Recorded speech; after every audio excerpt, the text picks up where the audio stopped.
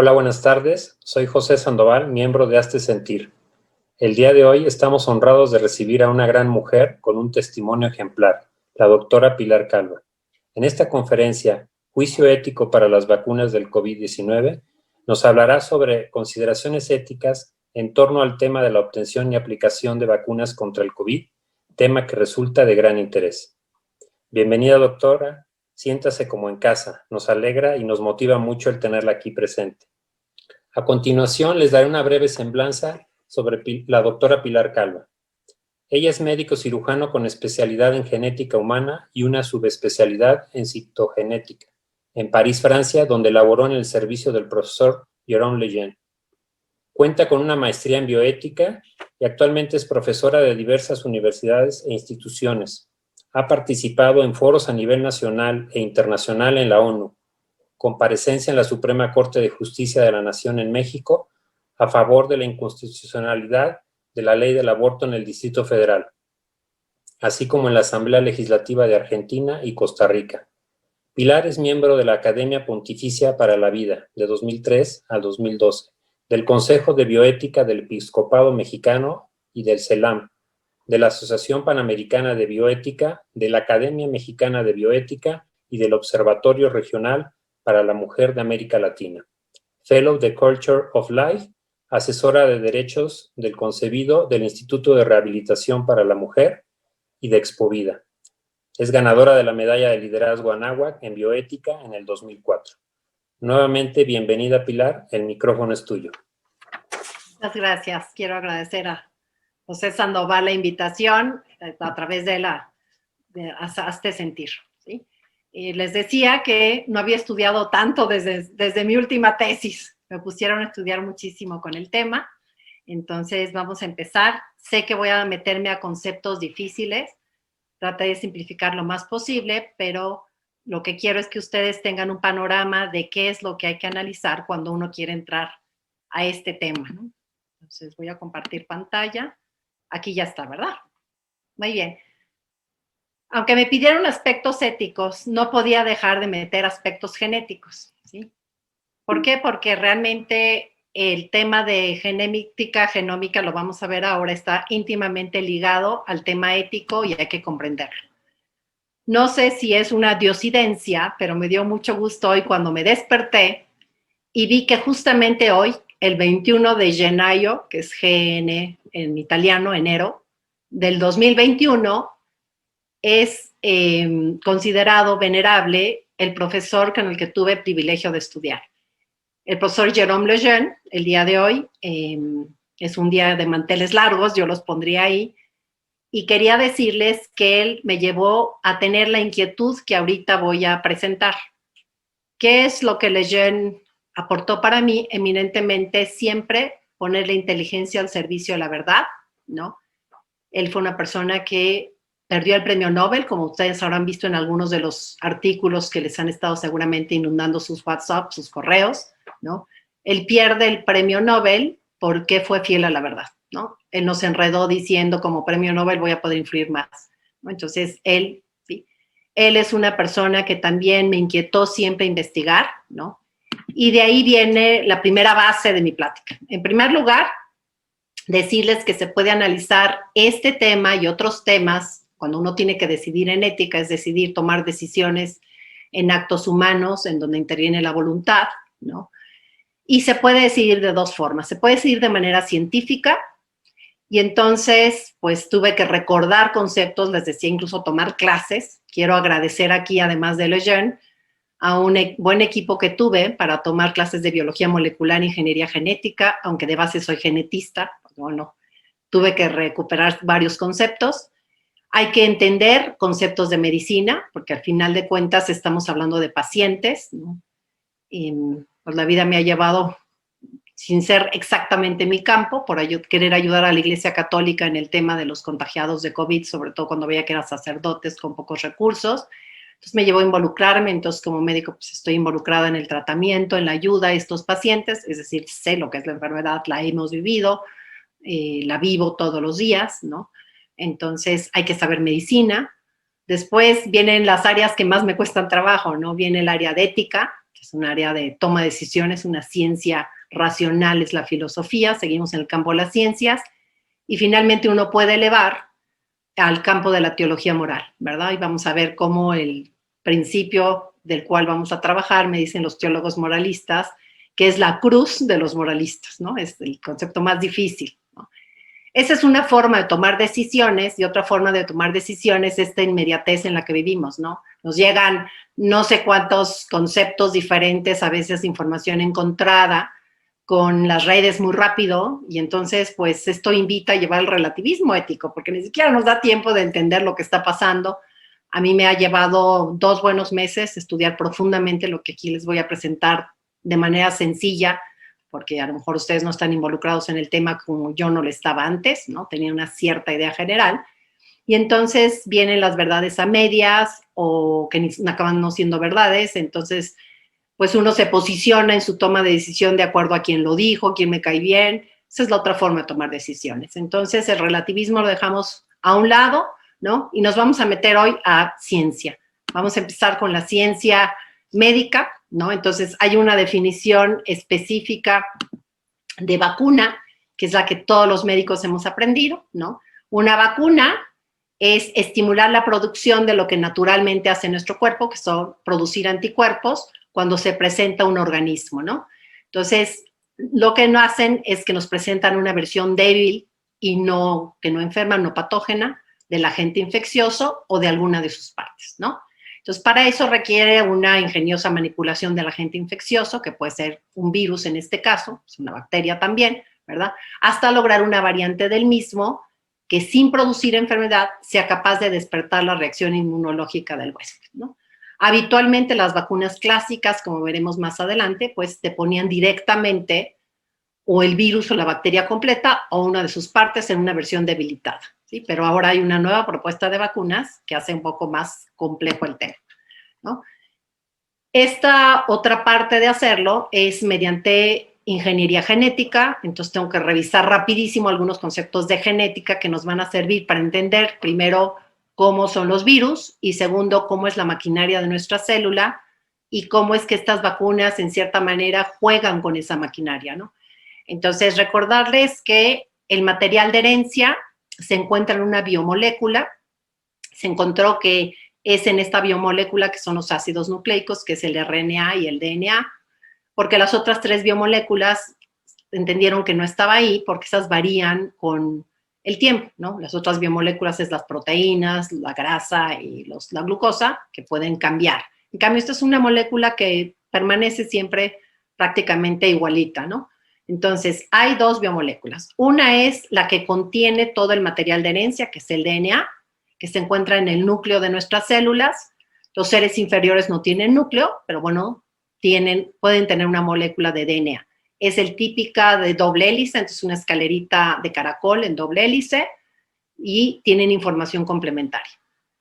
Llama la atención aquí, se los quiero recalcar porque después es un término que vamos a encontrar cuando queramos entender las vacunas, que hay un lenguaje genético que decía Lejeune, ¿no? Que es la computadora más compleja que alguien no haya realizado, sino piense, no puede compactar en algo tan chiquito tanta información, ¿no? Porque en el núcleo de cada uno de nuestros billones de células tenemos toda la información de lo que yo soy genéticamente, ¿no? Y ese lenguaje está hecho por estos escalones que se llaman bases nitrogenadas o nucleótidos, ¿verdad? Y cada 3 escalones significan algo, ¿no? Ahorita les voy a enseñar qué es lo que significan. Y esos escalones son lo que se llaman las bases nitrogenadas, estos son sus nombres. El ARN o el RNA, hay 3 tipos de RNA, ahorita los vamos a ver, es una molécula mucho más sencilla. En primer lugar, no es una doble hélice, aquí lo vemos, es una cadena sencilla. Segundo lugar, es nada más un segmento de todo el DNA, ¿sí? Es más pequeñito, ¿verdad? Y sirve para llevar el mensaje, para ayudar a la síntesis de proteínas. ¿Qué es importante en el tema de los virus? Que los virus únicamente contienen uno u otro material de herencia. Por eso no se pueden dividir por sí solitos. Por eso quienes consideran que los virus no son seres vivos es porque necesariamente tienen que infectar una célula para aprovechar la maquinaria que no tiene, ¿sí? Quienes aceptan que son seres vivos, que sigue siendo un debate entre los virólogos, lo dicen que es porque al menos tienen un material de herencia. Entonces, ustedes quizás han escuchado que el virus, el coronavirus, igual que el virus de inmunodeficiencia humana, el que produce el SIDA, son oncornavirus, porque solo tienen RNA, por eso las vacunas se basan en eso del RNA. Y en cambio hay otros virus que solo tienen DNA y se llaman adenovirus. ¿Sí? Todos estos conceptos los vamos a usar, por eso se los doy. ¿Qué otro concepto es muy importante? Todo esto se encuentra en cualquier libro de bioquímica. Los médicos estudiamos esto muy duro. En el mejor libro de bioquímica es el Leninger. Aterrizando un poquito, un chico de prepa, o si tienen sus libros de preparatoria, lo pueden encontrar en cualquier libro de química orgánica. Entonces, es importante. ¿Para qué sirve el DNA? El DNA, por un lado, tiene una función de replicación, es decir, cuando hago una nueva célula, por ejemplo, si yo tengo una célula de piel y me corto o tengo una quemadura y salen células nuevas de la piel, pues todas traen mi carga genética completa. Entonces, una función del DNA es hacer todo el material de herencia completo para que siempre se mantenga en esas células el material de herencia completo, ¿sí? Y otra función del DNA es jugar en un proceso que se llama la síntesis de una proteína, ¿sí? Entonces, sabemos que el DNA pasa por RNA mensajero, que es el que lleva el mensaje, al lugar donde se hacen las proteínas, ¿sí? Entonces, este es el camino natural que sucede en nuestro organismo. Por ejemplo, en un paciente o en una persona, una persona sana que no tiene diabetes, tiene un gen, quiere decir, en un segmento del DNA, tiene la receta para hacer insulina, ¿no? Entonces, cuando le hace falta insulina, esta cadena doble de DNA se abre y entonces se copia de manera simple en una sola cadena la receta para hacer insulina. ¿Por qué? Porque esa receta está dentro del núcleo, pero tiene que salir al citoplasma, que sería la clarita del huevito. Si tenemos la imagen de un huevo estrellado, ¿sí? Entonces sale nada más la cadena de RNA llevando el mensaje, porque la síntesis de proteínas se hace en el citoplasma. Entonces no podría salir toda la molécula del DNA, entonces sale solamente la copia de la receta que se necesita. Ese es el RNA mensajero. Entonces este RNA mensajero lleva el mensaje de fabricar insulina porque comimos y necesitamos aprovechar la glucosa, ¿no? Entonces llega a otra estructura que se llama el ribosoma. Los ribosomas es un atril molecular. Es un atril, aunque tiene RNA y tiene cierta función de regular, ¿no? Y dice, haz rápido insulina porque comió pastel de más, o no, tranquilo, suficiente con la que hemos producido. Entonces, aquí se pone realmente como un carrilito, se pone como un atril, y sirve para que a partir de ahí en el ribosoma se empiece a dar el marco de lectura, ¿no? Entonces, cada 3 letras significa una cosa, quiere decir, significa un aminoácido. Entonces, se empieza a leer, ¿no? Alanina, fenilalanina, triptofano, o sea, el orden de los aminoácidos. Y el orden de los aminoácidos es muy particular para cada proteína. Entonces, gracias a que aquí tenemos el orden de los aminoácidos para hacer la proteína de insulina, nosotros vamos a hacer insulina, una insulina correcta que nos sirve para aprovechar la glucosa. ¿Qué pasa en un paciente diabético? Pues hay un problema desde la receta, y entonces hace una insulina, pero que no sirve para meter la glucosa, hace una proteína deficiente. Entonces, vuelvo a recalcar, una función del material de herencia es fabricar proteínas que nos pueden servir para funciones. Les puse la de la insulina. Hay proteínas que se necesitan para la función de la defensa, se llaman los anticuerpos. Por eso van a ver ustedes que las vacunas, ¿sí?, entran a este tema. Por eso me tuve que meter a este tema complicado, ¿sí? Hay proteínas estructurales, probablemente ustedes se acuerdan de la colágena, ¿no? Entonces, la colágena es una proteína que tiene que ver con estructura. Hay otras proteínas que tienen que ver con procesos químicos que se llaman enzimas. Hay otras proteínas que tienen que ver así con distintas cosas, ¿no? Bien. ¿Qué es la ingeniería genética? Entonces, ya les expliqué hacia vuelo de pájaro qué son las bases moleculares de la herencia. Después empieza la ingeniería genética, que la ingeniería genética son técnicas que están encaminadas a transferir en la estructura de la célula de un ser vivo ciertas informaciones genéticas que de otro modo no tendría, ¿no? Es decir, la ingeniería entra al material genético y cambia ciertas estructuras o transfiere ciertas estructuras, ¿no? La ingeniería genética se basa en técnicas, ¿no? Entonces, ustedes seguramente van a leer también, ¿no? Bueno, hay edición génica. ¿Qué es una edición génica? Es una técnica que permite modificar o eliminar ciertos segmentos o secuencias de DNA, ¿no? Por ejemplo, algo que Lejeune trabajó mucho es, él encuentra que el síndrome de Down se debe a un cromosoma 21 de más. Un cromosoma 21 de más es un libro completo del empaste de las recetas del cromosoma 21.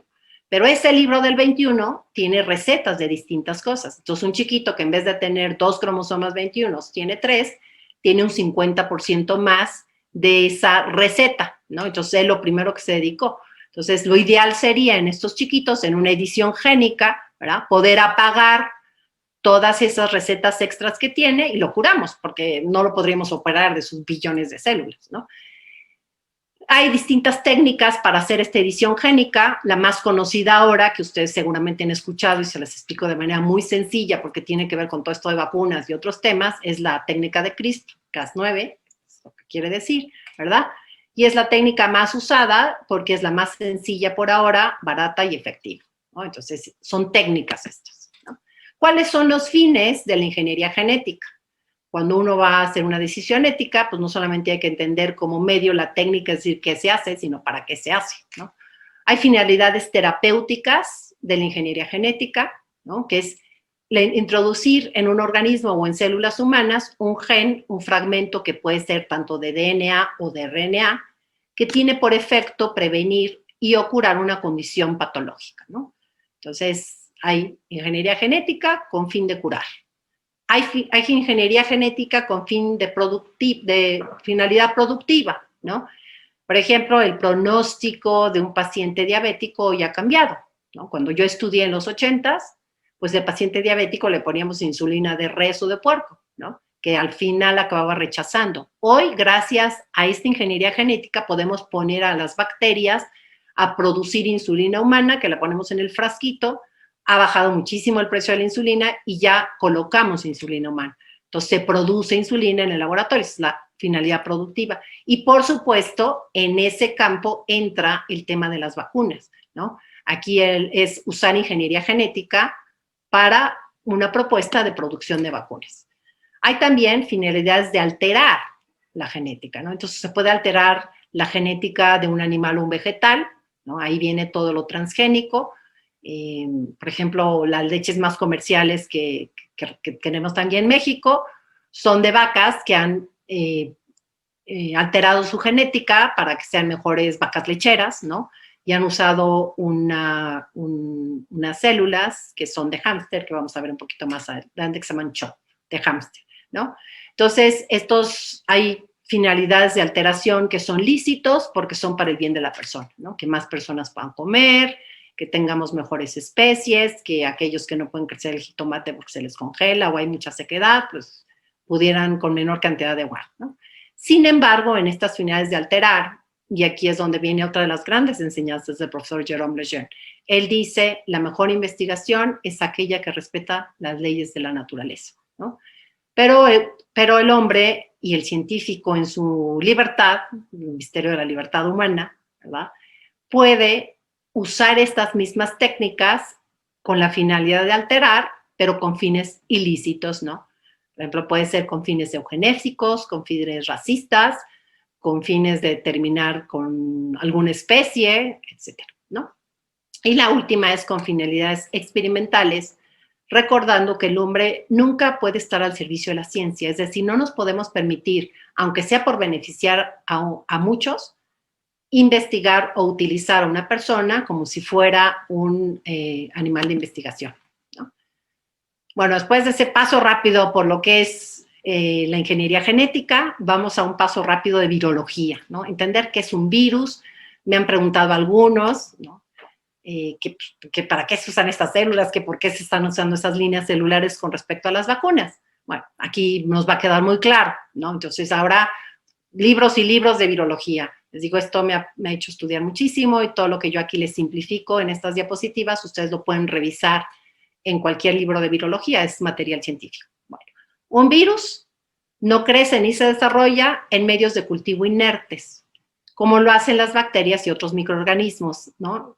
Quizás todos nos acordamos de cuando hacíamos nuestras prácticas de laboratorio, los médicos lo hacíamos mucho, ¿no? Que nos tomaban el exudado faríngeo, sacaban la cajita de Petri, que tenía un gel ahí inerte, nada más con rojito, el agar famoso, es un material inerte, pero que tiene nutrientes, entonces ahí ponía uno el frotis, y si había estafilococo, pues después los ponía uno en la estufita y salía y ya estaba lleno de estafilococos, ¿no? Entonces, las bacterias y otros microorganismos que no son virus, basta que tengan un medio de cultivo inerte con comida y con eso crecen.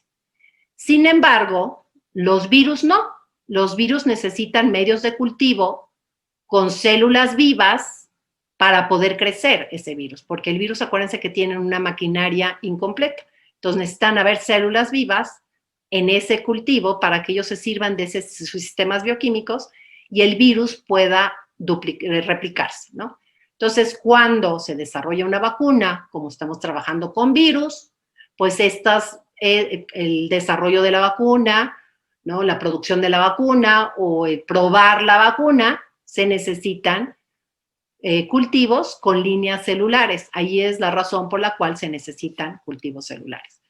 Aquí la siguiente pregunta que hay que contestarnos es, que es mucho de donde está el tema ético y el tema de teología moral, es ¿de qué son estas líneas celulares? ¿No? Entonces, por un lado, hay líneas celulares que indudablemente provienen de células de fetos abortados, ¿sí?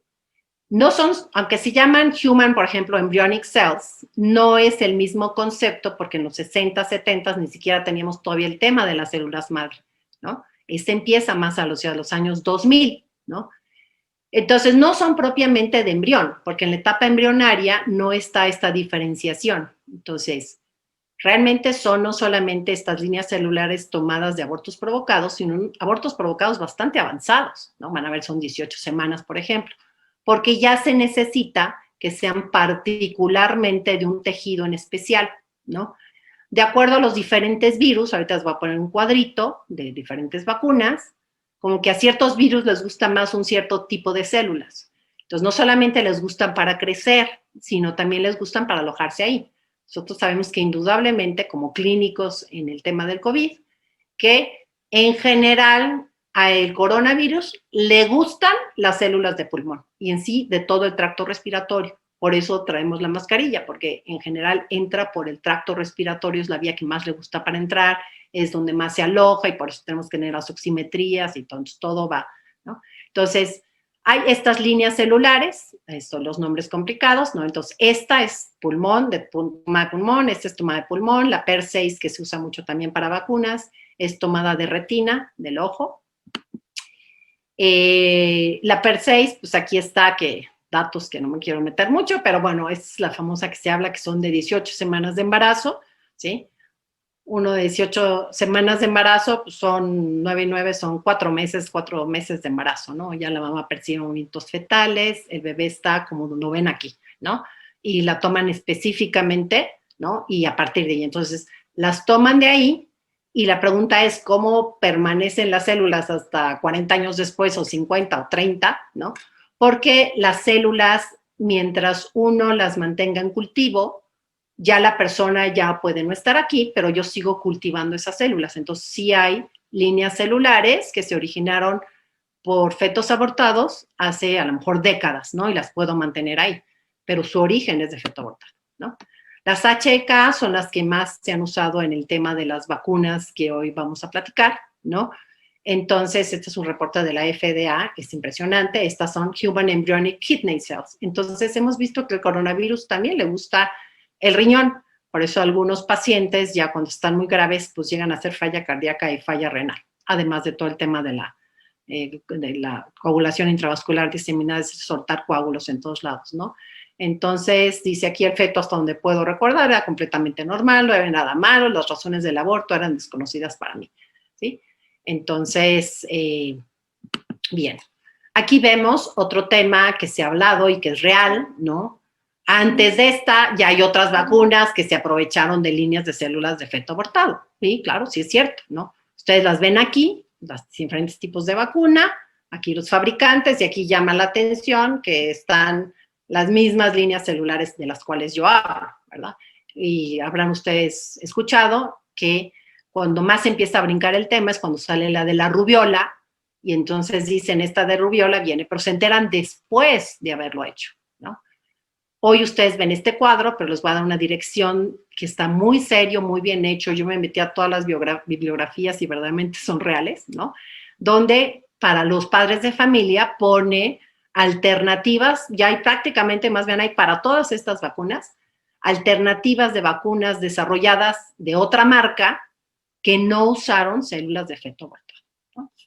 Entonces, la siguiente pregunta aquí es, si se pueden usar para crecer al virus, para mantener al virus ahí con la maquinaria de la célula, otras células que no fueran de las líneas de fetos abortados.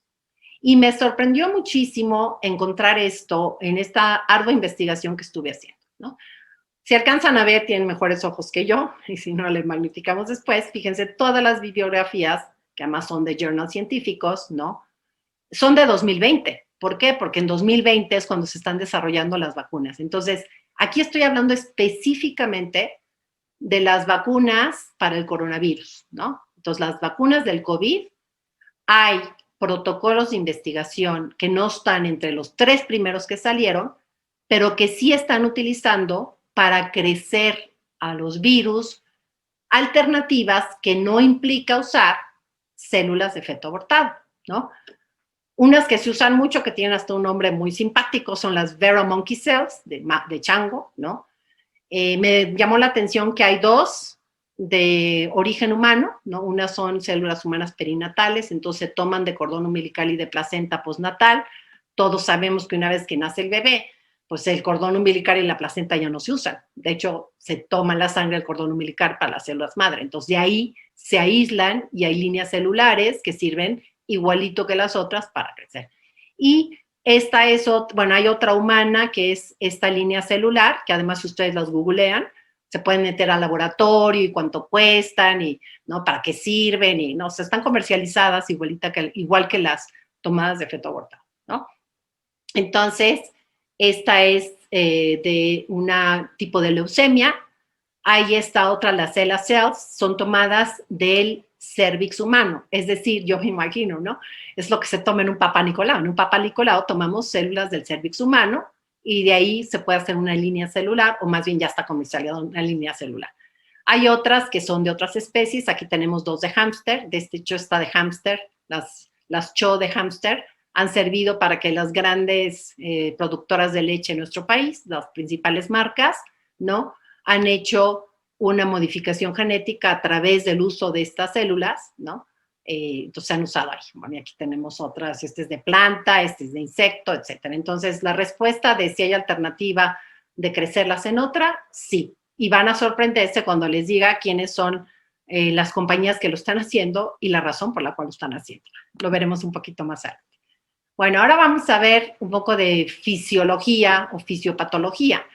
Seguimos en el área entre medicina e investigación básica, que quiere decir cómo actúa el virus. Entonces, lo primero es que hubo que aprender a comprender el virus, cómo actúa, porque si uno quiere hacer un tratamiento o entender por qué el virus causa lo que causa, y vemos los doctores, los médicos, ¿verdad?, pues era importante entender no solamente cómo está conformado, sino cómo actúa. Yo creo que estas diapositivas pues ya se han vuelto muy famosas, ¿no? Mi nieta allá afuera, pues tenemos un árbol que saca unas semillas así redondas con unos piquitos y me dice, abuela, unos coronavirus, ¿sí? Pues sí se parecen, o sea, hasta los niños saben ya cómo es la estructura de un coronavirus. Bueno, quiero llamarles la atención aquí que estos son los coronavirus y lo que es importante para la infectividad, o sea, para que nos infecten, nos enfermen, ¿no?, y nos contagiemos, y para después el tema de vacunas, lo que es importante son los que se han llamado las spike proteins, que algunos los traducen como proteínas pico, pero que en realidad, pues muchos otros las seguimos conociendo en su término en inglés. Entonces hagan de cuenta como unas copas, aquí la ven, como una copa, que aquí la basecita, entonces tiene 2 partes, y esto es importante que vean que tiene 2 partecitas, porque así es como se desarrolla la vacuna de Sputnik, ¿no? Entonces, esta proteína es la que busca un receptor muy especializado, el receptor donde le gusta pegarse se llama AC2, ¿no? Y ahí es donde se pega y va a comenzar la infección. Ahorita vamos a ver cómo hace la infección y entonces cómo responde. Después, ¿qué otro tema es interesante que hay que tomar para el tema de las vacunas? Que pues los virus mutan muy rápido. Su capacidad de mutagénesis es importante. Unos mutan más rápido que otros. Por ejemplo, los que mutan muy rápido son los virus que dan influenza o gripa. Por eso las vacunas de este tema pues tienen que ser prácticamente con cepas nuevas cada año, porque la mutación de los virus es importante, ¿no?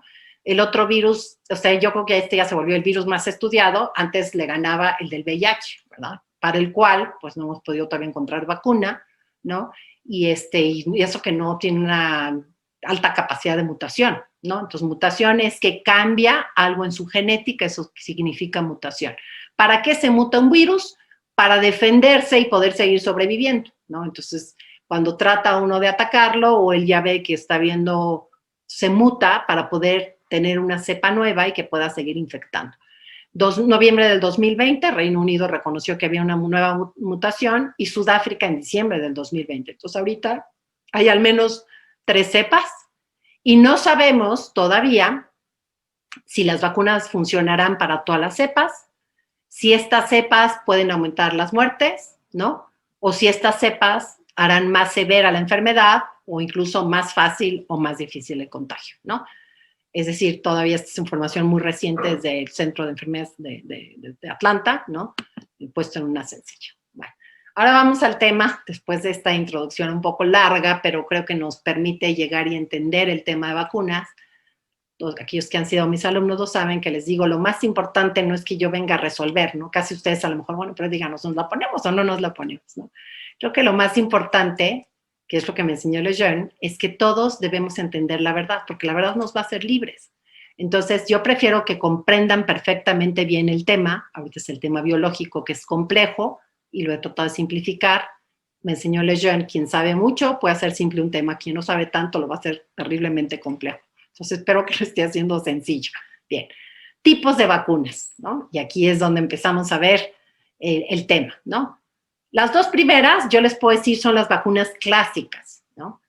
En la primera es poner el virus completo, atenuado o inactivo, es decir, es el virus completo, tal cual lo vimos redondito con sus spike proteins, pero inactivo, y entonces el virus entra, no nos enferma, pero es un antígeno. Un antígeno es la señal que hace, que dice, soy una célula que te va a enfermar, un microorganismo que te va a enfermar, y entonces desencadena la respuesta del sistema de la defensa, que se llama el sistema inmunológico, y el cuerpo reacciona a este antígeno. El policía dice, hago un anticuerpo, y entonces, a la hora que yo pongo un virus inactivo, el cuerpo no se enferma, pero aprende que esto es un enemigo y que hay que hacer anticuerpos para defendernos contra este enemigo.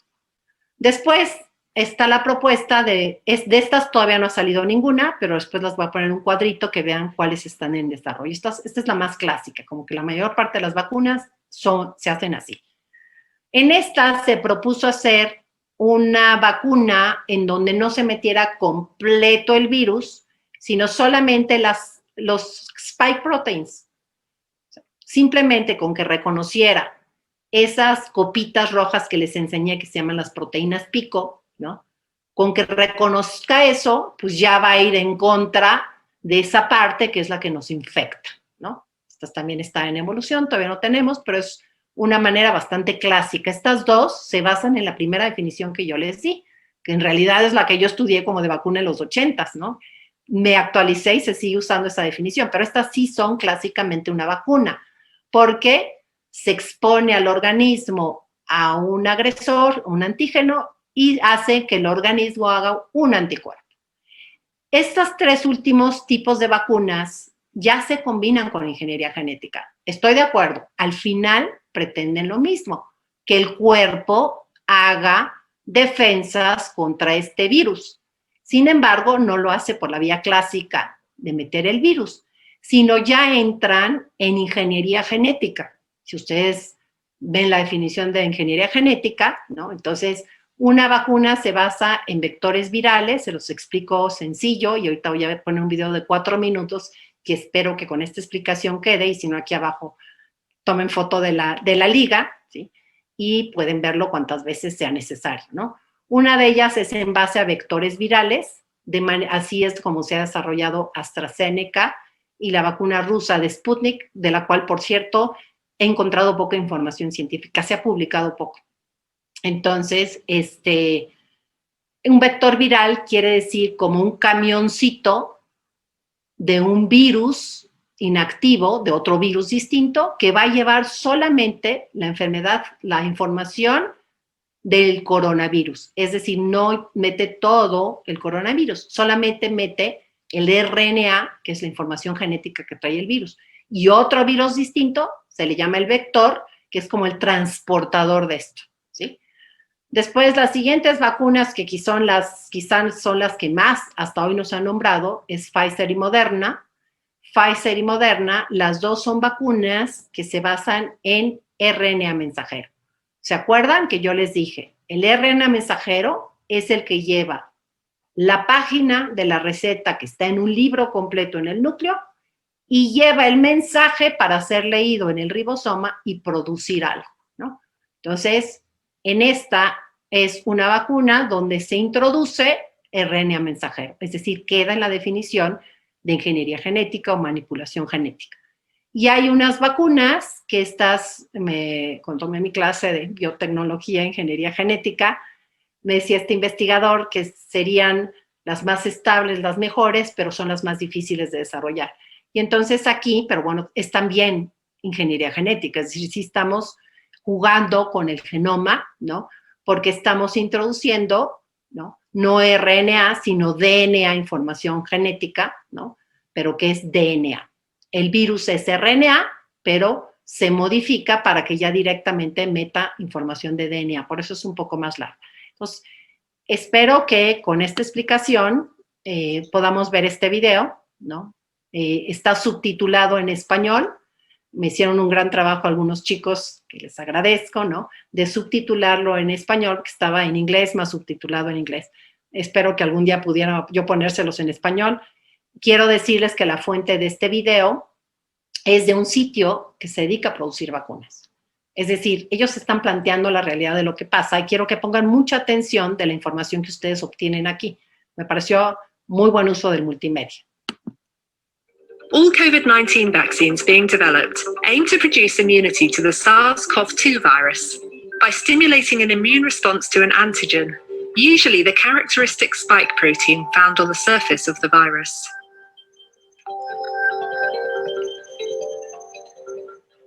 Some traditional vaccines achieve this by modifying the virus to weaken or disable it, so that when introduced to the body, an immune response can be generated to the antigen, without the virus causing disease. When the immune system comes into contact with the weakened virus, its defenses, such as antibodies and T cells, attack the virus or infected cells. In the process, specialized memory cells take note of the specific antigen and prime the immune system to produce cells and antibodies that will quickly target these proteins. So the next time that person is exposed to the same virus, the immune system is ready to fight it off. Detengo aquí un momentito nada más para explicarles que el coronavirus es el rojo. Ustedes ven ahí como las spike proteins, que son esas como copitas, y justamente estas llavecitas son los anticuerpos, que es bastante real, ¿no? Como tienen dos mecanismos. Uno es la llavecita que cierra ahí, y otra es una cadena que desencadena, que se llama respuesta inmunológica humoral. Entonces, las llavecitas azules son los anticuerpos y el otro ese. Este es un virus completo.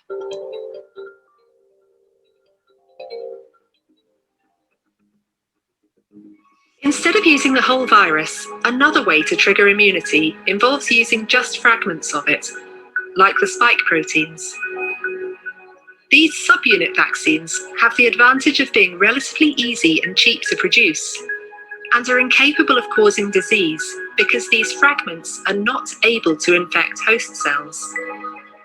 However, they are less likely to be recognized by immune cells aimed at attacking infected cells, which means they may trigger a weaker immune response.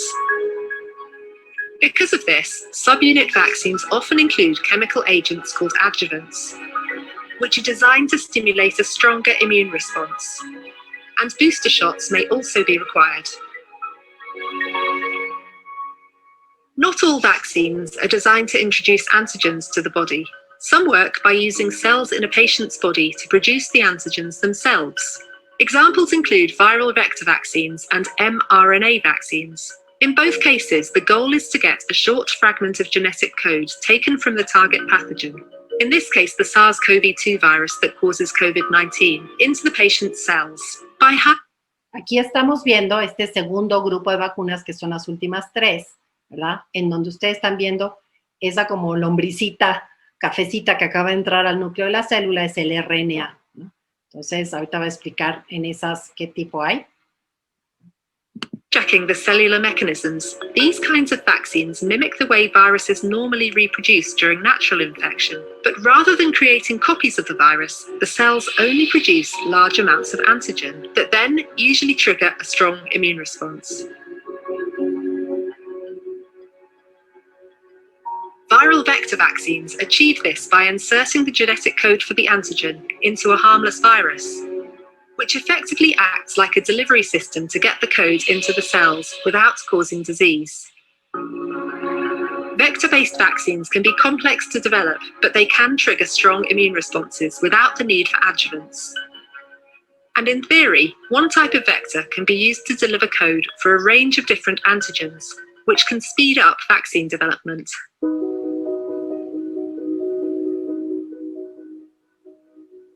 Nucleic acid vaccines, like mRNA and DNA vaccines, also involve inserting genetic code into cells to produce antigens. But instead of using viruses to deliver the code, these vaccines take a more direct approach that involves inserting the code directly into cells, either by attaching it to a molecule or by forcing it into cells using a gene gun. These vaccines can be quick and cheap to develop, but they are a relatively new technology.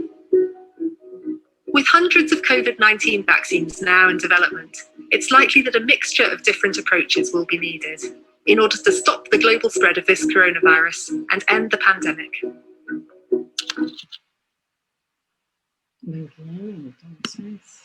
All COVID-19 vaccines being developed aim to produce immunity to the SARS.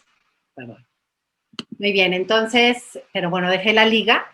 A mí, ya después de haberlo estudiado, pues ya no entendí. Pero bueno, creo que lo hace bastante bien, ¿no? Entonces, habla de 3 tipos de vacuna. Las 2 primeras no me estoy metiendo ahorita, que es poner todo el virus o poner solamente las spike proteins, porque todavía no han salido esas vacunas. Entonces, aquí estoy repasando lo que ustedes ya vieron en este esquema, que también está tomado de un journal científico. Aquí está la bibliografía, quien quiera consultarlo, ¿verdad? Estoy segura de lo que estoy diciendo, ¿no? Entonces, la Pfizer y la Moderna, ¿sí?, sí incorporan RNA del virus, ¿no? Entonces, toman no el RNA completo del virus, toda la información del virus, solo toman un pedazo del RNA del virus, ¿verdad? Que es ese pedacito con el cual el virus fabrica las copitas, los spike proteins. Entonces, aquí no usa un virus Moderna y Pfizer, ¿sí? El virus lo usa solamente para tener en cultivo, lo tienen en cultivo los virus para estar de ahí sacando ese RNA mensajero. Y vamos a ver cómo Pfizer y Moderna sí utilizan líneas de feto abortado y en cuáles momentos las utilizan. Pero bueno, aquí lo que eminentemente les quiero mostrar es que no usan un virus, sino usan moléculas más chiquitas. Ahora están de moda que se llaman las nanopartículas. Entonces, en una nanopartícula meten solamente la receta de cómo hacer las spike proteins. Entonces, esta nanopartícula llega, la mete aquí, este RNA utiliza la maquinaria de mi célula humana, ¿verdad? Se coloca aquí en el atril, que es el ribosoma, se lee, y entonces produce las spike proteins, que son proteínas. Entonces, en mi propia célula, hagan de cuenta que salen las mismas copitas, proteínas, spike proteins, que suele tener el virus, y entonces mis anticuerpos responden reconociendo esto como ajeno, como un enemigo, y entonces la llavecita que vimos se produce e inactiva esto, que obviamente no me puede enfermar, pero ya se acostumbra a saber que cuando reconoce ese va a ser anticuerpos, ¿sí? Estas son las proteínas de RNA mensajero que ustedes también escucharon en el video, que es un resumen de lo que ya he revisado en la literatura científica y sí está, y es que pues salen rápido porque son una técnica rápida, ¿no? Y barata de hacer. Otra vez, nuevamente, como una línea muy pragmática, se van por la rapidez y esto, pero que ahí mismo dice, es una tecnología relativamente nueva, ¿no? Entonces, esto es muy importante para la palabra seguridad y eficaz que vamos a ver en la parte de teología moral. Y esto es una tecnología nueva y no hay ninguna vacuna que ya se esté usando que se haya hecho con esta tecnología, aunque sí es tecnología que han estado probando en los laboratorios de biotecnología. Después está la vacuna AstraZeneca. La vacuna AstraZeneca es otro tipo de vacuna. ¿Qué diferencia hay con la otra? Pues en vez de usar una nanopartícula, usan tal cual un virus, que es más grande, pero aquí es un adenovirus, ¿sí? Un adenovirus trae DNA aquí, y entonces ese adenovirus también le meten, ¿sí? La genética del coronavirus, llega aquí, se mete, y entonces junto con el DNA de este virus también se mete el material del oncornavirus, del coronavirus, es un tipo de oncornavirus, y entonces aquí aprende entonces esta sí en AstraZeneca estamos entrando hasta el núcleo de la célula humana a donde se vacunó, ¿no? Para que aprenda a reconocer esto dice, como dice, imita perfectamente cómo sucede la infección de un virus, del coronavirus. En el caso del coronavirus, en vez de ser otro tipo de virus desactivado, es el coronavirus que llega cuando entra a nuestras células para producir más virus, justamente aprovecha nuestra maquinaria de DNA y entonces hace muchas copias de virus. Por eso dicen el periodo de incubación es tanto, porque entra cierta carga viral, aprovecha tu maquinaria. Entonces, aquí estamos haciendo como una imitación, mimicking, es el término que usan en el video, ¿verdad? Una imitación de lo que suele hacer, lo metemos al DNA, pero este DNA ya aprende que ese es un enemigo y entonces sintetiza directamente, ya manipulan aquí directamente nuestro núcleo para que nosotros ya estemos haciendo estas llavecitas, estos anticuerpos que van a ir a luchar en contra de las spike proteins, ¿no? Entonces, AstraZeneca es este tipo de vector viral y lo mismo es Sputnik, de las cuales verdaderamente encontré mucho menos información. ¿Qué diferencia hay con la anterior? Que aquí, ¿se acuerdan que tiene dos partes la copita del spike protein? Entonces, aquí separan, ¿no? Y ponen primero una parte de esa spike protein y la meten, ¿no? En un vector, un transportador, que se llama así, esta parte, y en otro ponen otra, y entonces cada uno hace una partecita del anticuerpo. Esa es la modificación, pero también es de vector viral. Entonces, así es como se fabrican estas vacunas que están a disposición, donde indudablemente está bien. Después termino ya toda la parte técnica de las vacunas con estos cuadros que hacen un muy buen resumen, pero bueno, el que dude, pues se puede ir, tienen las bibliografías y se van a cada una, yo las consulté todas y están precisamente, ¿no? Pero ayuda muchísimo, en la siguiente les voy a poner la dirección por si la quieren copiar. Entonces, es un instituto de ética que está actualizando esto de las vacunas, en qué fase van, cómo lo están haciendo, etc. Entonces, quiero hacerles notar dos cosas. Por un lado, están clasificadas por grupos, ¿no? Entonces, aquí están las vacunas hechas de virus completos, o sea, las clásicas de meter el virus completo. Esas hasta ahorita no tenemos ninguna que ya esté comercializada, que ya haya salido, que ya la hayan autorizado, que ya la hayan comprado, ni nada. Pero tampoco están tan lejos. Acuérdense que está en la fase 3, la fase 4 es cuando ya pueden salir, entonces están a nada de salir, ¿no? Llama la atención, ¿sí? Estos cuadros están muy bien hechos porque están muy claros. Cuando ponen un cuadro así verde, quiere decir que no se usaron células de feto abortado. Vamos a ver en la siguiente diapositiva que cuando ponen un triangulito rojo, es como una alerta, en esta se usaron células de feto abortado, y ponen una interrogación cuando no se sabe, o ponen los dos símbolos cuando hay publicaciones de una y de otra. Entonces, realmente, pues, la información ahí está a disposición de todos, ¿verdad? No es mi opinión, es lo que pues he podido estudiar, ¿no? Entonces, fíjense, en estos 3 países, en estos institutos, China, India, sí están trabajando esta vacuna como por llamarla un poco más clásica, donde ponen el virus inactivado, ¿verdad? Y hay 3 fases en donde necesitan cultivar virus y por lo tanto necesitan alguna línea celular para poderlos crecer, ¿no? Una primera fase es cuando diseñan y desarrollan la vacuna. Otra es cuando ya la producen y otra es cuando ya tienen la vacuna y empiezan a hacer pruebas confirmatorias. Entonces hay 3 momentos donde necesitamos o se necesitan líneas celulares para que puedan crecer los virus. Llama la atención que aunque sean China, India, fíjense, ellos utilizan en las 3 fases, aquí usan células de mono, y esto es una prueba citopática que seguramente están usando células de mono. Es cómo se describe, cómo se hace la prueba. Aquí también usan células de mono, aquí también se usan células de mono. Entré a cada uno de los journals científicos, son reales, ¿no? Y ahí está puesto, ¿no? Y entonces, cuando tomé una de mis clases con esta persona de biotecnología, este investigador que le agradezco muchísimo que me haya dedicado con paciencia tantas horas, ¿no? Yo le decía, a ver, pero ¿por qué unos usan unas y otras? Y me dijo, mire, doctora, realmente el protocolo, grábenselo bien, de la OMS y la FDA, ¿sí?, que son filiales de Naciones Unidas, organismos que comulgan perfectamente con la cultura de la muerte. Yo los tengo muy identificados por el tema de la anticoncepción y el aborto, ¿no? Son los que sugieren que para el protocolo de investigación se usen líneas de fetos abortados, ¿no? Pero no las obligan, ¿no? Entonces, algunos grupos de investigación deciden no usar esas y usar otras. Y entonces yo le dije, bueno, pero ¿por qué los chinos usan estas? Yo pensé dentro de mí, pues no creo que les importe mucho la ética personalista, ni a lo mejor sean países eminentemente católicos, ni nada, ¿no? Entonces yo le dije, oye, pero ¿por qué usan estas? Y se me ocurrió preguntarle, me imagino que son más baratas las de feto abortado, porque ya están ahí y ahora con toda la defensa de los animales, quién sabe cuánto les cueste tenerlas de animales. Me dijo, no, doctor, son más baratas las líneas celulares que no son humanas, que no son de fetos abortados, o sea, las líneas celulares de changuitos o incluso de muestras de Papá Nicolau, eso que hayan tomado, de cordones umbilicales que ya se iban a tirar a la basura porque ya nació el bebé, ¿no?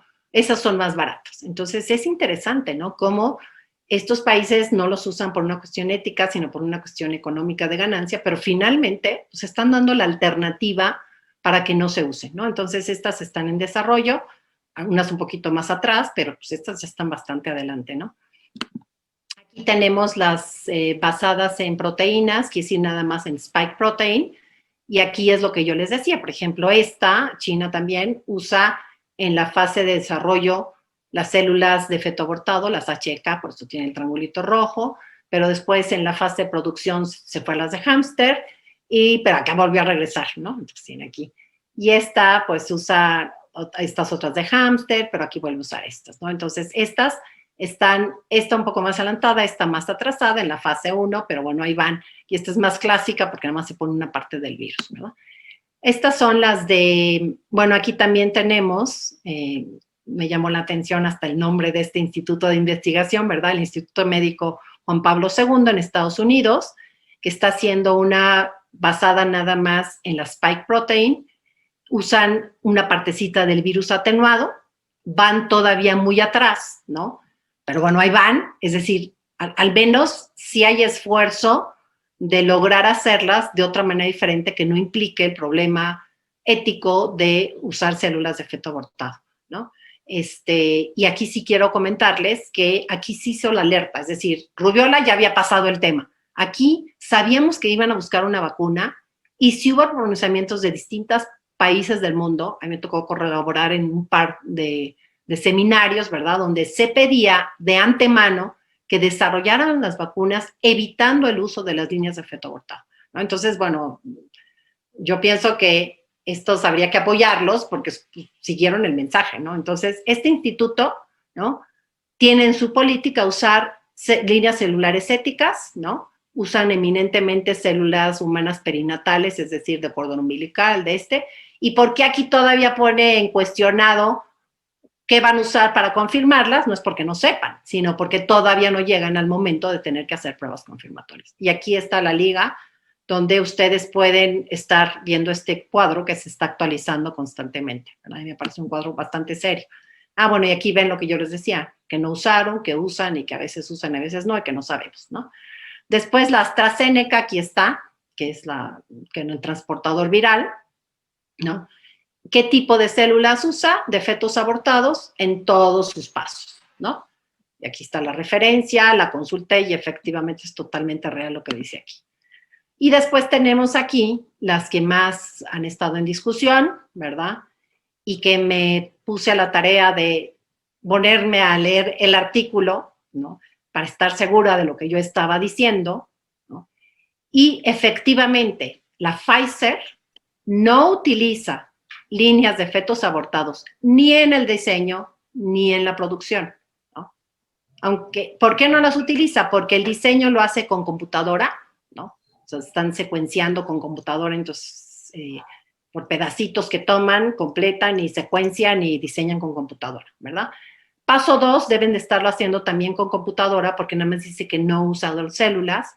Sin embargo, en las pruebas confirmatorias, sí utilizan, y les invitaría a que ustedes tomen nota de esta publicación y vean cómo sí dice que se utiliza en las pruebas confirmatorias, ¿no? Es decir, finalmente, para confirmar la toxicidad de esta vacuna, que no tenga tantos efectos adversos, etcétera, sí se están utilizando, ¿no? Líneas de células de fetos abortados HEK. Y en Moderna sucede lo mismo, se utiliza nada más acá. Bien. Bueno, aquí tengo esta que es alternativas de vacunas de RNA, van un poco más atrasadas, pero esta que es alemana, CureVac, si ustedes se fijan, en ningún momento utiliza células de fetos abortados, utiliza las ELA, que son las que yo les decía que vienen del cérvix de la mujer. Bien, entonces ahora vamos a pasar vuelo de pájaro. Voy al área que se me complica un poquito más porque soy médico. Agradezco a todos los que me han ayudado en la maestría en bioética para tratar de entender mejor filosofía. Entonces, ¿cómo se hace un juicio ético? ¿No? Aquí el tema es el juicio ético. Podríamos hacer juicios éticos diferentes, ¿no? El juicio ético de la persona que hizo el aborto, el juicio ético de la compañía que las produce, el juicio ético del doctor que las pone o del gobierno que las compra, ¿no? No me voy a eternizar en esta plática, pero bueno, yo contemplé que sin poderlos ver se me hace muy difícil estarle hablando una pantalla nada más, ¿no? Pero yo me imaginé las caras de personas que se están cuestionando, ¿no? Si sería correcto que yo usara esta vacuna. Entonces, ese es el juicio ético que voy a tomar, porque es la mayor parte del público, pero cada acto humano, pues, habría que hacer su juicio, ¿no? Esto no hace subjetivo el tema, simplemente pues pueden cambiar exactamente cuál es el medio, el fin y las circunstancias, ¿no? Entonces, el medio contesta la pregunta ¿qué? En este caso, ¿qué hago? Entonces, ¿qué hago? ¿Me aplico o no una vacuna? Ustedes pueden hacer una acción o una omisión. Entonces, decido ponerme la vacuna, entonces, ¿qué hago? Hice una acción, ponerme la vacuna, o estoy pensando ponerme la vacuna. O una omisión, decido no ponerme la vacuna, ¿no? ¿Para qué lo haría? Pues, ¿cuál es el buen fin? El buen fin es para proteger mi salud, para proteger mi vida, para proteger la vida de otros, la vida de los que más quiero, que es el abuelito, ¿no? Etcétera. Y todo lo demás va en circunstancias, ¿no? Entonces, aquí es muy importante muchos de los elementos que les di, que son, por ejemplo, cómo se desarrolla la vacuna, ¿no? ¿Qué utilizan para desarrollarlas, no? ¿Dónde las cultivan? ¿De dónde obtienen las líneas celulares de las cuales? Se llaman circunstancias. Yo veo que en este caso es esta. Entonces, ¿qué dice la ética universal? Para que un acto sea éticamente correcto, estamos en una ciencia que no es opinable, así es la ciencia. Por cierto, es una ciencia racional, aquí no entra nada de fe ni nada, ¿no? Obviamente el magisterio de la Iglesia Católica, como una madre, pues este tema lo toca muy bien desde el catecismo de la Iglesia Católica, ¿no? Entonces, pero también está igualito en un libro de ética universal hecho por un autor ateo, ¿no? Porque es una ciencia racional. Entonces, ¿qué dice la ética? Para que un acto sea éticamente correcto, los 3 elementos del acto, que es el medio, el fin y las circunstancias, todos deben ser correctos. ¿Qué pasa si un medio es incorrecto? Pues el acto ya está mal. Si un fin es incorrecto, el acto ya va a estar mal. Y si una circunstancia está mal, ya está mal. Alguien podría decir que intolerante, como la verdad, ¿no? Cuando algo es verdad, es intolerante. Entonces, estamos ante este ejemplo. ¿Qué hago? Estoy decidiendo si me pongo una vacuna. ¿Para qué? Para ayudar a mi salud, a proteger la salud de los demás, proteger mi vida, etcétera, etcétera, ¿no? Hay diferentes circunstancias que ahorita voy a tocar y me parece a mí que hay algunas circunstancias, al menos de dónde provienen estas células, que nos hace brincar y decir, ay, ahí hay algo como que no me suena, como que está mal, ¿no? Entonces estaríamos ante este caso. El problema no está ni en el medio ni en el fin, está en las circunstancias. Entonces, una circunstancia es, por ejemplo, a quién vamos a vacunar, ¿no? Tengo el cuadro definido por el gobierno de nuestro presidente, saber qué mes se va a vacunar, a los de qué edad y etcétera, ¿no? Pero así como nos han hablado, y es cierto, ¿no?, que hay que proteger especialmente a los que tienen algún factor de riesgo, que aquí están, ¿no? Yo tengo 3 de ellos. También sabemos que, sobre todo, nos protegemos y independientemente de que hubiera vacuna o no, nosotros como médicos ya sabemos que tenemos hoy más que nunca que tener muy bien compensado a nuestro diabético, a nuestro hipertenso, insistirle que se tome todo. Y ante cualquier contacto o sintomatología o eso, pues vamos a atender esa parte también. Entonces, se ha propuesto, por un lado, que primero se les ponga a los que tienen factores de riesgo. Ahí habría que hacer otro principio de ética, que es el principio terapéutico, ¿verdad? Poner una balanza, pues sí, porque tienen riesgo les va a tener más riesgo de la vacuna, o porque tienen riesgo la vacuna les va a proteger más rápido. Entonces, es algo que hay que tomar. Entonces, ¿cuáles son algunas circunstancias que habría que contestarnos para ver si todo es palomita en las circunstancias o si hay un problema ético en las circunstancias? Bueno, la primera de ellas es de dónde vienen los tejidos, y ya les puse ahí que hay algunas vacunas donde la circunstancia de dónde viene el tejido, pues no es incorrecta, está bien, ¿no? Yo puedo utilizar changuitos en mi beneficio, sí. Yo puedo usar insectos en mi beneficio, sí. Yo puedo usar ese hámster en mi beneficio, sí, ¿no? Sin embargo, cuando ya decimos, ¿no?, usar el producto de un acto que es claramente ilícito, ¿verdad?, y por el cual, pues, Argentina hizo una lucha espectacular en el mes de diciembre, ¿verdad?, que es el aborto, pues ya nos brinca ahí la consideración ética que vamos a hacer y que vamos a llevar hasta la teología moral. Otro tema de circunstancia es qué riesgo implica ponerme la vacuna, ¿no? Quizás la mayoría de ustedes, tristemente, lo que nos han pasado los medios es el número de muertos, ¿no? Pero como que no tenemos idea de si todo se muere, ¿no? ¿Qué porcentaje de los que les da se muere, ¿no? Yo les puedo decir como médico que lo que es muy importante es atender desde el día 1 a un paciente que tiene esto o que sospechamos que lo tiene, ¿no? Porque estuvo en contacto con alguien, ¿no? Y esto hace un pronóstico muy bueno, ¿no? Yo no digo que la pasen muy fácil o tan fácil como pues, me soné 2 veces y ya, algunos sí, pasen muy asintomático, pero uno disminuye fuertemente el riesgo de complicación por el COVID y el riesgo de morirse por el COVID si se atiende tempranamente. Es decir, el riesgo, había que contraponer el riesgo de que esta sea una enfermedad grave que me lleve a la muerte versus el riesgo de qué puede pasar si me meten el RNA que llega al ribosoma versus si me meten el vector que va a llegar al DNA, ¿no? Y aunque se han hecho pruebas confirmatorias, ustedes lo ven, se han hecho pruebas confirmatorias a nivel de laboratorio, pruebas confirmatorias con pacientes sí, pero todavía muy controladas, ¿no? Y algunas cuestiones de genética no se notan al día siguiente, lo sabemos muy bien. Por ejemplo, este accidente nuclear de Chernobyl o la bomba de Hiroshima y Nagasaki que causó mutaciones genéticas, pues no se notaron al día siguiente de esto. El que se quemó sí, pero el que, ¿no? Y algunas veces fueron mutaciones que se llevaron hasta 2 o 3 generaciones más adelante, ¿no? Y de todo tipo, hasta desde una leucemia hasta a lo mejor cosas más graves, ¿no? Entonces, este es un elemento que hay que tomar en cuenta como una circunstancia. Otro elemento importante es la efectividad. Al revisar la literatura, pues depende de la vacuna, depende si se ponen las dosis completas, etcétera, pero bueno, yo estuve investigando y hay desde la más baja anda en un 60%, quiere decir que hay 60% de protección, 40% de no, después hay otras del 80%, ¿no? Y yo quiero decirles que esto, a diferente de otras cosas, no es que, porque es un porcentaje arriba del 50% y es efectiva, ¿no? Por ejemplo, cuando en medicina manejamos riesgos de complicación o de que no funcione algo de un 20%, de un 10%, decimos, hoy mejor no lo hacemos, ¿no? Entonces, si alguien les va a operar de los ojos y les dice, oye, es un 20% de quedarte ciego, yo creo que yo me quedaría con mis anteojos, ¿no? Entonces, hay que entender bien lo que es la efectividad. Otros son los efectos secundarios o adversos, ¿verdad? Que pueden ser, estamos prontos para saberlo, pero bueno, sí se han hablado, igual que en otras vacunas de origen viral, de efectos de tipo, por ejemplo, neurológico, ¿no? En donde habría que sopesar la posibilidad en el porcentaje de este efecto versus la posibilidad a mi edad y mi condición de salud de que me fuera mal en esta enfermedad, ¿no? Que la otra circunstancia es que estas vacunas se usen exclusivamente para propósitos lícitos, ¿verdad? Y que es el de prevenir la enfermedad y sin ningún otro propósito, porque vimos que había finalidades ilícitas también.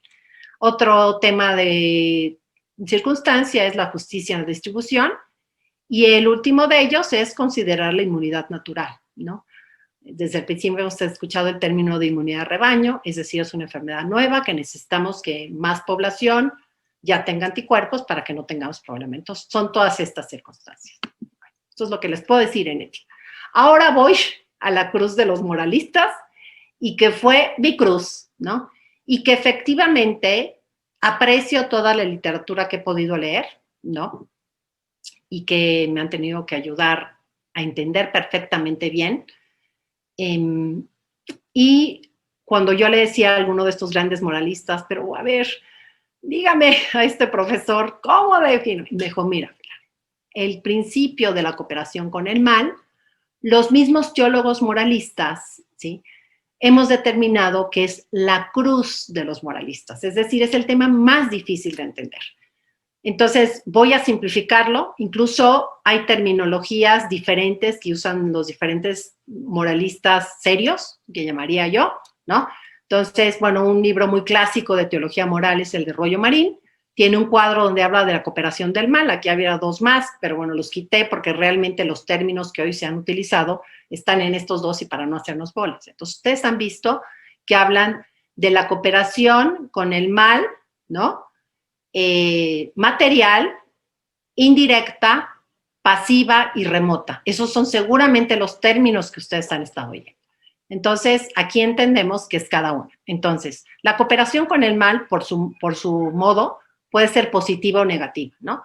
Positiva quiere decir, por ejemplo, que alguien quiere abortar, yo estoy de acuerdo con el aborto, aconsejo, consiento en colaborar con el mal, ¿no? Es alguien que aconseja a una joven que sí que vaya a abortar, o hasta le presta dinero o la lleva para que aborte. Una cooperación negativa, que después se cambió la terminología y es lo que hoy llaman pasiva, es aquella en donde yo no la llevo a abortar, ¿no? Pero sí sé que alguien quiere abortar y no le digo nada, ¿no? Entonces, no coopero, pero tampoco hago nada para que no aborte, ¿no? Entonces, es pasiva mi conducta.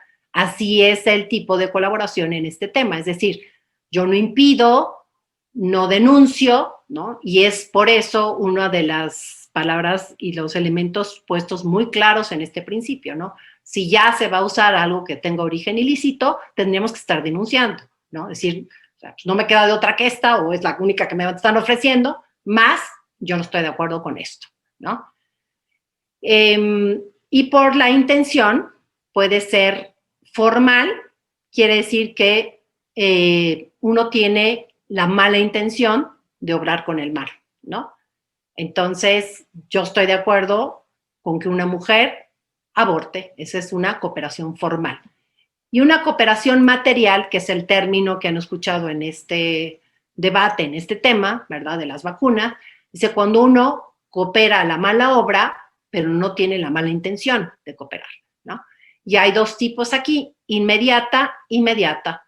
La inmediata es la acción en sí, o sea, es decir, a la acción en sí misma. Por ejemplo, una enfermera que está obligada a ayudar en un aborto. Ella no tiene la intención, por eso es material, pero la obligan y ni modo, coopera con el aborto. Y la otra es una cooperación mediata, que es la que ustedes han escuchado, ¿verdad? Es decir, que uno no solamente da los medios, pero no coopera en la mala acción, que sería este caso, ¿no? Nadie estuvo presente en los años 60 cuando hicieron el aborto, ¿no? Entonces uno no cooperó con el aborto, pero sin embargo, sí es una cooperación mediata porque utiliza uno medios que tienen que ver con la mala acción. Y aquí hay una próxima y otra remota, ¿no? La palabra remota es la que ustedes han visto, ¿verdad? Entonces la próxima es, por ejemplo, yo sé que este libro contiene pornografía, ¿verdad? Pero lo imprimo. No, yo no hice el libro, yo no voy a vender el libro, yo no voy a promover la pornografía, pero yo sí colaboro a que se haga este libro porque lo imprimo. Y una colaboración remota, que es la que aquí se habla, es, ¿no? Yo no imprimo el libro, yo solamente vendo el papel con el cual van a hacer el libro. Entonces, quizás con esto quede más claro esto de este moralista, ¿no? Aquí hay otras formas de ver la colaboración al mal del aborto, ¿sí? Por utilizar estas líneas que se obtuvieron de fetos abortados, el tiempo que sea atrás, ¿no? Pudiendo realizarse sin él, porque vimos que sí hay alternativas, que a lo mejor hoy no han salido, pero que yo a veces hasta digo, no voy a esperar porque digo, voy a premiar a aquel que trató de hacer las cosas bien y que va más despacito, ¿no? Que no acaparen antes los otros el mercado, ¿no? Entonces, sí facilita y promueve el mal del aborto en cuanto a tres cosas. Se inserta en la cultura abortista, ¿no? Alguien que tiene una parroquia sencilla me decía, doctora, pues yo simplemente hice una encuesta entre mi gente sencilla, que también es la gente con la que yo trabajo, ¿no? Gente de segunda primaria para abajo, y yo les puse, si una vacuna se hiciera de fetos abortados, ¿te la pondrías? Y el 98% de sus fieles dijeron que no, ¿no? O sea, una fe sencilla, pues a ellos no les sonó lógico, ¿no? Como pues, alguna señora me dijo, señora, doctora, ¿por qué va a dar anticonceptivos si yo no estoy enferma de nada? Yo necesito una pastilla, ¿no? Entonces, es sencilla, tiene cultura médica, no se metió a estudiar ingeniería genética ni nada, pero pues algo le suena ahí, ¿no? Hace ver una dimensión positiva del mal del aborto realizado, ¿no? Bueno, eso ya se hizo hace muchos años, ¿sí? Está mal, pero podemos sacar algo positivo de eso que se hizo. Y puede insensibilizar la mentalidad general hacia el mal del aborto y enumerar otras consecuencias, ¿sí? La doctora Janet Smith, una profesora de teología moral, la cual yo me enamoré del Humane Vitae, ¿verdad? Nos dice esta parte importante, ¿no? Ella dice, se está hablando de la cooperación con el mal, ¿no? Pero no se está aplicando correctamente, porque solo las acciones que uno hace la contribución, o sea, que uno colabora, sí es decir, contribuir, ¿no? Uno solo puede contribuir en acciones antes de que se hagan o mientras se está haciendo la acción. Si esta acción se hizo hace 40, 50 años, pues yo ya no puedo contribuir a una acción pasada. Yo lo único que puedo decir es que estoy de acuerdo con ella o que me opongo a ella. Pero en realidad yo ya no puedo cooperar con esa acción porque esa acción ya pasó.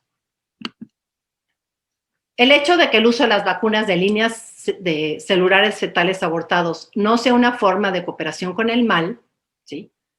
O que se justificara con todo esto, que porque es indirecta y pasiva y eso, ella dice, pues aunque por ese de cooperación con el mal, ¿no? Con todos los bemoles que se tengan que denunciar y oponer, no quiere decir que no sea moralmente problemático. Si no fuera problemático este tema, pues no estaríamos sentados aquí, no estaríamos haciendo todos esos simposios, ¿verdad? Porque pues uno diría, pues con toda tranquilidad, ¿no? Entonces sí hay problemas, ¿no? Incluso si fuera moralmente permisible usar las vacunas de acuerdo con algunos principios, nuestra voluntad de usarlos no debilita nuestra oposición al aborto, no respaldamos al aborto si estamos dispuestos a utilizar productos desarrollados a través de líneas celulares de fetos abortados.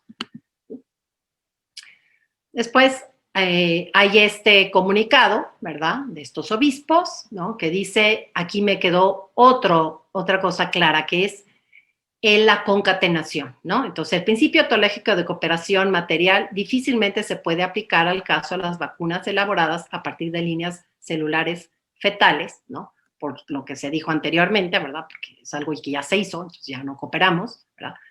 porque quienes la reciben, aquí es bien importante, y ustedes ya hoy tienen una conciencia diferente antes de estudiar, a lo mejor de escuchar esta plática y de que se inquieten y se pongan a investigar de estos temas, ¿no? Entonces, quienes las reciben consciente y voluntariamente entran en una especie de concatenación, aunque muy remota, con el proceso de la industria del aborto. El crimen del aborto es tan abominable, como lo nombraba San Juan Pablo II, que cualquier tipo de concatenación con este crimen, incluso muy remota, es inmoral y no puede ser aceptada bajo ninguna circunstancia por un católico una vez que ha tomado plena conciencia de él. No somos tan ingenuos como para darnos cuenta de que la razón de ser de esas vacunas es algo más que proteger la salud. Se trata también de promover cada vez más el aborto. Quiero terminar con un documento que la Congregación de la Fe saca el 21 de diciembre del 2020 y que resume ahí documentos anteriores del magisterio, ¿no? El magisterio es los documentos del magisterio, ¿no? No es magisterio, ¿no? Una opinión, una costumbre, mismo una entrevista, ¿no? Entonces, está muy bien sustentado porque es un documento que resume o toma lo ya y va llevando esa misma línea de congruencia, lo mismo que decía el famoso comunicado de la Asamblea de la Academia Pontificia para la Vida, hay también un segmento en Dignitas Persona, que es otro documento de la Congregación de la Fe del 2008, ¿verdad?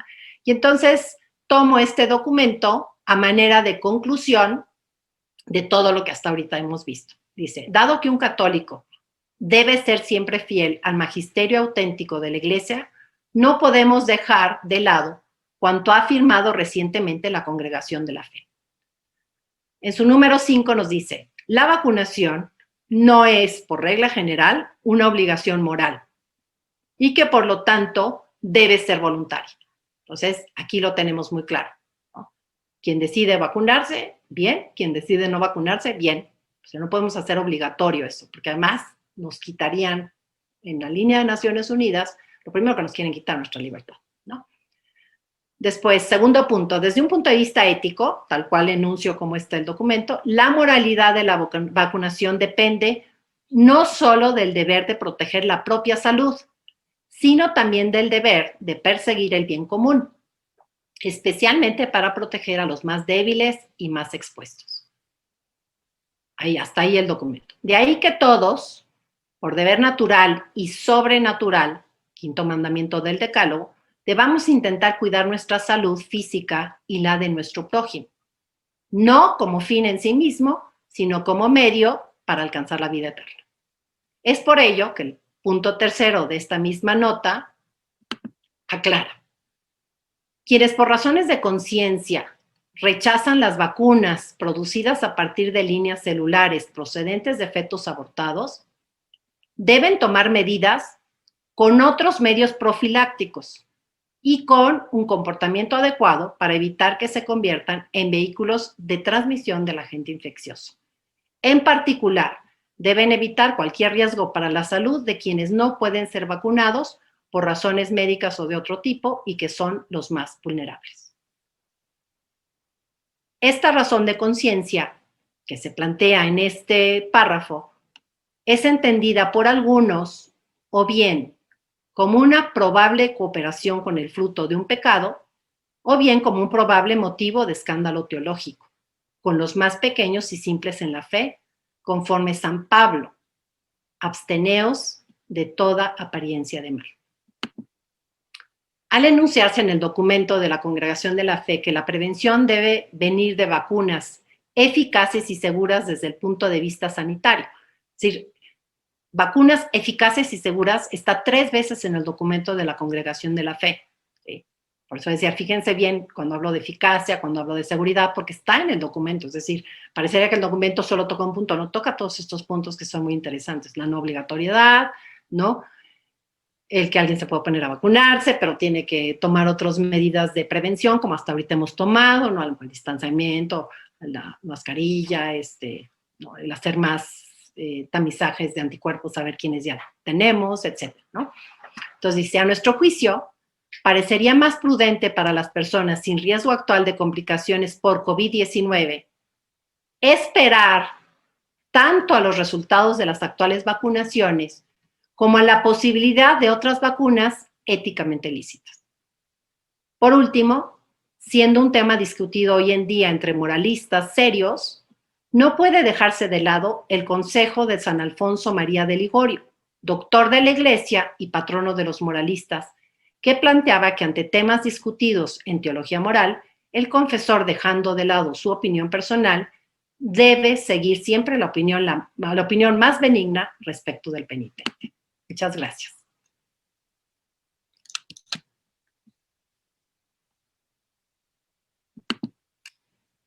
Doctora Calva, muchas gracias por su conferencia, muy clara, estructurada y formativa. Había muchas preguntas, pero ya contestó casi todas. Pero bueno, como sea, aquí hay algunas. Segundo. Muy bien, muchas Concretamente, gracias. ¿cuáles vacunas no fueron hechas con células fetales? Las vacunas que no fueran hechas con hasta el día de hoy, de las que comercialmente ya han salido y han sido autorizadas, por ejemplo, por la FDA, todas las tres, AstraZeneca, Pfizer y Moderna, utilizan líneas de células de fetos abortados. AstraZeneca las utiliza en 3 momentos: desarrollo de la vacuna, producción de la vacuna y cultivo para probar la vacuna, la prueba confirmatoria. Moderna y Pfizer no las utilizan en las primeras 2, es decir, no las utilizan en el desarrollo de la vacuna, no las utilizan en la producción de la vacuna, más sí las utilizan, es decir, sí hay utilización de células de feto abortado para probarlas. Dice uno, ay, ¿para qué las usaron ya para probarlas? Hubieran usado las de hámster, ¿no? Si ya iban tan bien, ¿para qué las usaron ahí? ¿No? Que en realidad ellos usaron en las otras, a veces usan las de changuito y eso. Entonces, al día de hoy, en las 3 comerciales, ¿no?, que ya han salido, que son las que están en cuál compra quién, cuál, ¿no?, todas las han usado. Aquellas que no usan en ningún paso células de feto abortado, todas están, la más avanzada está en fase 3 por pasar a 4. Es decir, probablemente estamos pensando en unos meses más. Por eso una de las conclusiones que puse es, pues si no tienes tanto riesgo, si quieres esperar a ver qué pasa 6 meses más en los primeros que les pongan esos 6 meses, pues espérate, no solamente por lo que pudieras pensar, sino porque podría ya salir la que no te cause ningún problema de conciencia a ti en lo personal. El que no tenga problema de conciencia, pues a lo mejor la discusión sale de ¿no? Pero yo lo vería por ahí, ¿no? El cuadrito exacto con el nombre de cada una, en el Osier Institute, que les puse la liga, vale la pena, porque yo les puedo mandar el cuadrito, pero si uno entra a este sitio, lo están actualizando cada X tiempo, ¿no?, de cómo va, porque a lo mejor una ya va a salir. ¿Y qué sería bueno? Que es un principio en el de cooperación al mal. Ahí dice, ¿no?, si no me queda de otra, si me están obligando, ¿no?, pero tengo que denunciar que no estoy de acuerdo y tengo que pedir otras alternativas. Y yo diría algo más aquí, ¿no?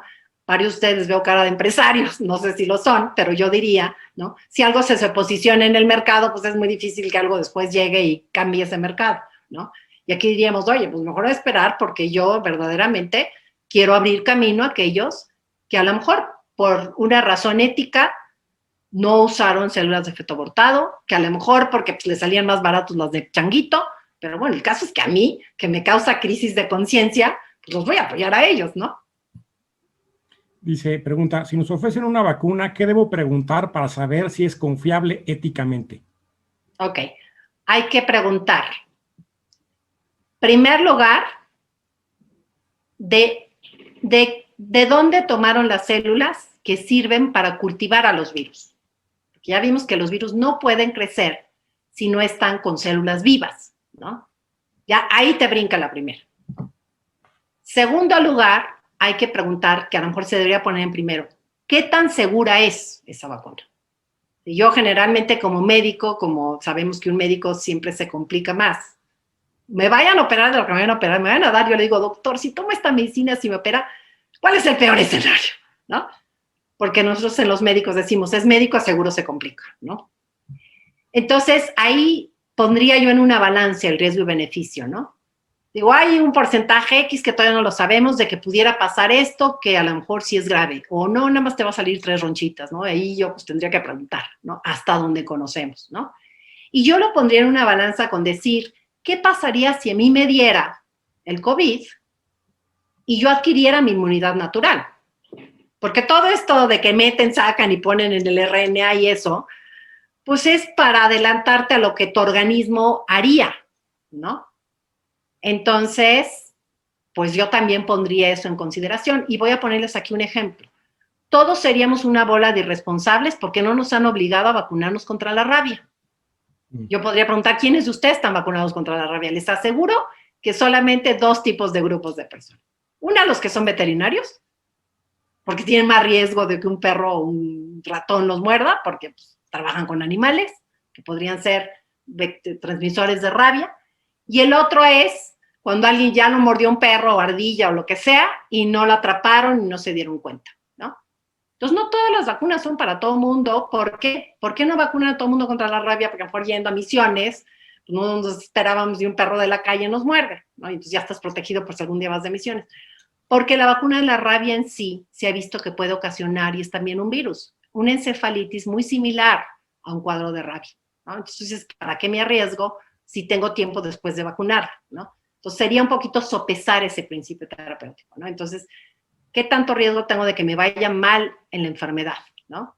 Nuevamente les insisto, una medida preventiva no es solamente la mascarilla, es además otras cosas. Si eres diabético, si eres hipertenso, tienes que estar bien compensado. Es muy mala la depresión y la ansiedad y la campaña de miedo, ¿no? ¿Por qué? Porque las defensas bajan. Una persona, mientras más tranquila esté, mejores defensas tiene. Por eso escuchamos, es que cuidó a su esposo enfermo de cáncer y después le dio cáncer a ella, le pegó una neumonía. Pues sí, tenía sus defensas bajísimas, ¿no? Entonces, hay otras medidas preventivas que podemos ir haciendo para ayudar, y hay diversos protocolos, ¿no? Difundidos por los médicos en la manera que vamos pudiendo. ¿Por qué? Porque pues, estamos atendiendo pacientes y estamos publicando y pues, cuando alguien lo hace rápidamente, ¿no? Y lo pone en el YouTube, se lo bajan y entonces, pues, ¿no? Entonces, como que decimos, esta es una discusión de médicos y hemos visto que hay un poco foro médico de este tema, ¿no? Si entre los médicos nos unimos, decimos que te ha funcionado a ti bueno, cuando tiene entonces, bueno, eso también es parte, no solamente de la prevención de la enfermedad, la prevención de que se complique la enfermedad, ¿no? Un consejo muy importante es no esperes a que estés complicado. Atiéndete desde el principio, desde el día 1. A lo mejor la vas a pasar muy bien y va a sobrar, ¿no? Pero más vale que sobre y no que ya cuando te complicaste. Y es una enfermedad muy insidiosa porque hay veces que empieza como muy bien, como que la van a pasar muy nada más con algo de dolor muscular y de repente, ¡pum!, da en el bajón en el día 9, 10, ¿no? ¿Para qué se espera, no? Entonces, esas también son medidas preventivas a este. Entonces, si tenemos esas y todavía no hay claridad de esta, pues ese es el principio que se toca, el principio terapéutico, ¿no? ¿Cuánto bien me va a hacer esta medida? ¿Con qué riesgo tengo? Y habrá personas de mayor riesgo, ¿no? Entonces, bueno, una persona de mayor riesgo dices, oye, es que está seguro se nos va a complicar. Y entonces ahí está uno jugando con esto. Entonces, el principio se llama principio terapéutico. Información tenemos poca, ¿no? Y debe ser mejor información médica, publicada, ¿no? Pero por ahí iría, ¿no? Entonces, ¿qué es lo más importante que yo diría a esta persona? Formar su conciencia, ¿no? Ese es mi lema cuando ha sido mi libro. Lo que es importante es hacer un espíritu crítico, formar la conciencia para poder tomar decisiones verdaderamente formadas en ciencia y no porque hizo el actor, ¿verdad? Pues es que el actor lo hizo y canta muy bonito, entonces yo también lo hago, ¿no? Es una manera muy, muy superficial de tomar decisiones, ¿no? Que bien este filósofo Enrique Rojas decía del hombre light, ¿no? Primero vivimos y después pensamos. Y no, el hombre debe primero pensar y vivir conforme piensa. Gracias, doctora. Voy a hacer última pregunta, que ya estamos sobre la hora. ¿Usted cree que las vacunas tienen fines eugenésicos o de mala intención por parte de la OMS o la ONU? Bueno, no quisiera dar opiniones porque entonces algo de categoría científica me mantuve y revisé todo para mantener una categoría científica, ¿no? ¿Yo qué les puedo decir de objetivo? Objetivamente, ¿sí? Un organismo que puede difundir la cultura de la muerte es Naciones Unidas y la OMS, ¿no? Todo lo que hace la OMS y Naciones Unidas difunde la cultura de la muerte, tampoco, ¿no? A lo mejor si llevan despensas sin ningún otro fin, más que de veras alimentar, pues hicieron un bien, ¿no? Pero sí hay temas que he estudiado profundamente, ¿no? Y entonces la imposición del aborto, de la ideología de género, pues sí viene mucho hecho por programas de Naciones Unidas. Entonces, puedo sospechar, ¿no? Y la otra es, yo les digo, técnicamente y por definición del libro de ingeniería genética, es factible malutilizar un avance científico como poder hacer ingeniería genética con un mal fin. Sí, eso se llama libertad humana, ¿no? Y pues regreso al ejemplo de la energía atómica, ¿no? La energía atómica yo no puedo satanizar y decir, entonces la energía atómica está mal. Bueno, hay que ver para qué la van a usar, ¿no? En su libertad el hombre la puede usar para muy buenos fines y gracias a eso tenemos esta iluminación, ¿no? Pero la puede usar para un mal fin como hacer una bomba atómica. Y así como hablamos de bomba atómica, pues claro, puede haber bombas virales, ¿no? Lo otro, pues no lo sé, yo no soy detective, yo ya con lo que hago de médico y de investigador en el área de las ciencias, tengo para entretenerme, ¿no? Y quisiera mantener esa categoría científica, decir todo lo que aquí les expuse, lo expuse con mucho cariño, les agradezco otra vez, me pusieron a estudiar muchísimo otra vez, casi me siento en examen profesional, espero haber, aunque sea, ha pasado por mayoría, ¿sí? Pero todo lo que yo aquí les estoy dando, que los traté de simplificar, está totalmente sustentado, ¿sí? Gracias, doctora, muchas gracias. De nada. Solo para Mauricio Arellano, él va a cerrar la conferencia. Muchas gracias, doctora. De nada. Doctora, pues muchísimas gracias por la conferencia. Queremos decirle que todo lo que usted se puso a estudiar, pues estuvo muy bien aprovechado, porque la conferencia estuvo súper clara, muy bien, muy esquemática. Yo creo que resolvió muchísimas dudas y de veras le agradecemos muchísimo el que haya estado con nosotros. Agradecemos a todos los que nos han acompañado en esta conferencia de Hazte Sentir. Les confirmamos que sí se ha grabado esta conferencia y la van a poder ver, la pueden ver a través de Facebook y también si alguien en concreto quisiera tenerla, nosotros se la podemos facilitar y se las podemos mandar por este chat. Una vez más, muchas gracias a todos, muchas gracias por su presencia, especialmente a la doctora Pilar Calva. La verdad es que sí fue una conferencia muy clara y le agradecemos mucho, doctora. De nada. Gracias a ustedes por organizarla.